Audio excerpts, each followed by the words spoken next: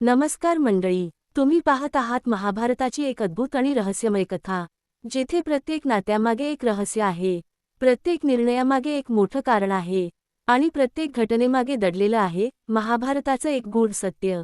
महाभारत भाग 13। द्रोणाचार्यांनी कौरव आणि पांडवांना युद्धकलेचं शिक्षण देण्यास सुरुवात केली।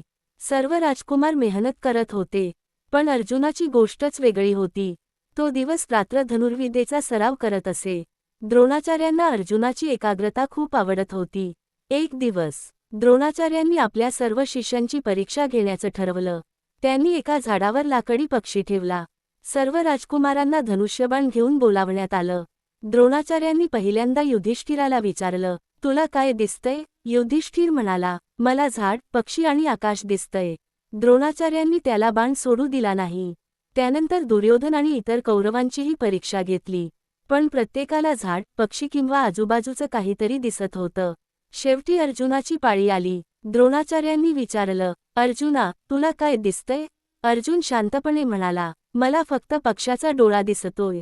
द्रोणाचार्यांनी पुन्हा विचारलं, तुला झाड दिसत नाही? अर्जुन म्हणाला, नाही। आकाश? नाही। मग तुला काय दिसतंय? अर्जुन म्हणाला, फक्त पक्षाचा डोळा। द्रोणाचार्यांनी आदेश दिला, बाण सोड। अर्जुनाने क्षणाचाही विलंब न करता बाण सोडला आणि बाण नेमका पक्षाच्या डोळ्यात जाऊन लागला। द्रोणाचार्य अत्यंत प्रसन्न झाले। त्यांना समजलं, अर्जुनाची एकाग्रता इतरांपेक्षा खूप वेगळी आहे। त्यांनी मनाशी घेतलेला निर्णय आता आणखी पक्का झाला। अर्जुनाला जगातील सर्वश्रेष्ठ धनुर्धर बनवायचं। पण त्याच वेळी द्रोणाचार्यांना एका दुसऱ्या मुलाची बातमी समजली। तो मुलगा जंगलात राहत होता। त्याच्याकडे कोणताही राजेशाही गुरुकुल नव्हता, कोणतंही महागडं धनुष्य नव्हतं, पण त्याच्याकडे होती अतूट जिद्द।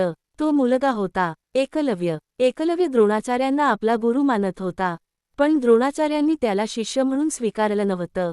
तरीही एकलव्याने हार मानली नाही। त्याने जंगलात द्रोणाचार्यांची मातीची मूर्ती बनवली आणि त्या मूर्तीसमोर रोज धनुर्विद्येचा सराव सुरू केला। दिवस गेले, महिने गेले आणि वर्षेही गेली। एकलव्याची धनुर्विद्या इतकी प्रगत झाली की एक दिवस त्याने असा पराक्रम केला, ज्यामुळे द्रोणाचार्य आणि अर्जुन दोघेही आश्चर्यचकित झाले। पुढील भागात एकलव्याची धनुर्विद्या पाहून अर्जुनाला धक्का का बसला आणि द्रोणाचार्यांनी एकलव्याकडे कोणती गुरुदक्षिणा मागितली? पुढील भाग पाहण्यासाठी अमृता मोटिवेशन चॅनलला सबस्क्राईब करा।